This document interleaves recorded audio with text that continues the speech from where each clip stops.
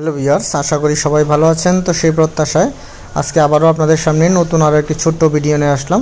তো আজকের ভিডিওর টপিকটি হচ্ছে মাছ চাষকালীন সময়ে চুনের উপকারিতা কতটুকু। তো ভিউয়ার্স, পুকুর প্রস্তুতি থেকে শুরু করে মাছ চাষকালীন সময়ে মাছের পানিকে ভারসাম্যতা ঠিক রাখা এবং পিএইচ ঠিক রাখার ক্ষেত্রেও অনেক সময় চুনের ব্যবহার করতে হয়। চুন মাছ চাষের ক্ষেত্রে অত্যন্ত গুরুত্বপূর্ণ।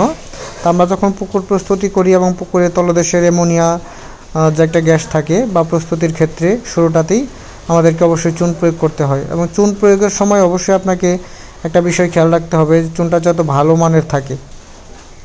অনেক সময় দেখা যায় ভালো মানের চুন না হওয়ার কারণে মাটির যে পিএইচ বা পানির যে পিএইচটা থাকে সে ভারসাম্যতা ঠিক থাকে না। তো অবশ্যই আপনাকে ভালো মানের চুন প্রয়োগ করতে হবে। চুন প্রয়োগের সময় আরও একটা বিষয় খেয়াল রাখবেন, যাতে অতিরিক্ত পরিমাণে না হয়। যদি আপনার অতিরিক্ত পরিমাণে চুন হয়, এক্ষেত্রে দেখা যায় অনেক সময় হিতে বিপরীত হয়।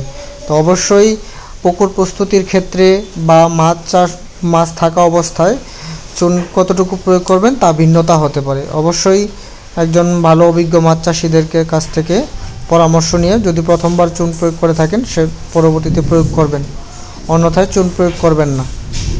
তো ভিউয়ার্স, আজকে এই পর্যন্তই।